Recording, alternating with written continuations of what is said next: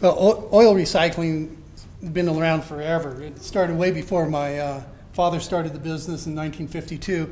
I don't know if you remember Mother Earth News. They taught way back when on how you can make your own oil recyclers. In those days, they were very dirty, smoked a lot, soot.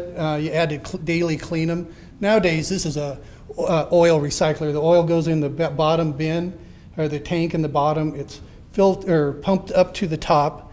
And some of why it's running so much cleaner nowadays is they preheat the oil, the waste oil that's going in, and then they are able to control the atomization, the burn of it much more. They also spray it in with compressed air, so it atomizes the fuel oil much more, and it comes out very clean. Now the EPA, this is another company that does it. EPA is endorsing the waste oil furnace now.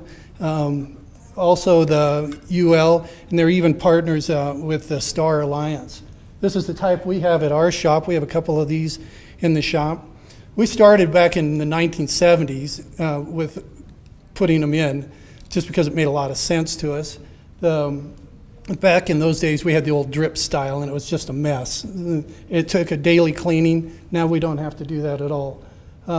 These are the reasons why we really went into recycling our own oil. Every year, there's 200 million gallons of the 1.3 billion gallons of waste oil generated that does not end up being recycled. It ends up in sewer streams, either legally or illegally. And it only takes, 200 million gallons is equivalent to 20 Exxon Valdez. And 1 gallon of waste oil can contaminate up to 1 million gallons of drinking water. 1 quart of used oil can create a 2-acre slick. And of all the waterways, 40% are estimated to be from waste oil, the pollution in them. Also, there's called Cradle to Grave. They consider us a generator of the waste oil. So if we have it pumped, we are responsible for the carrier, if he disposes of it illegally, or the truck gets in a wreck, we can get into the super fund.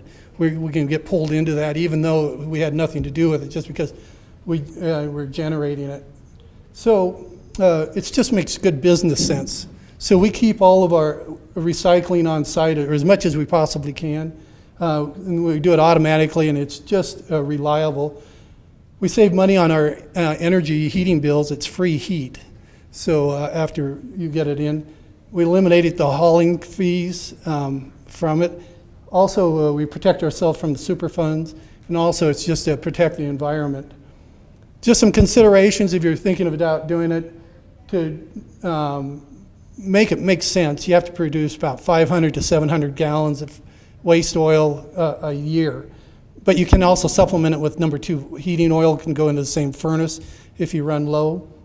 I'll take all sorts of different oils, anywhere from 10W to 5W weights.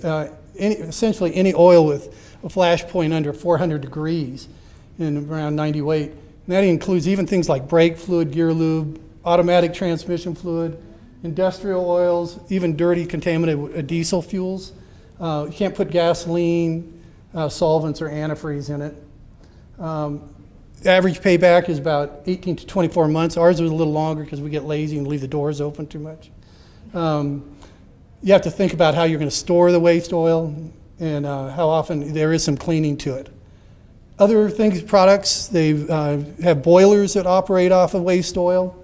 Often run car washes. Now they're just developing air conditioning units, so we'll be able to put in air conditioning that actually operates off of our waste oil. And really, this is an installation in our shop of one of the heaters. So really what you're doing is you're saving on your heating cost, you're saving the dollars, saving the hauling, and you're really just saving the environment. Thanks.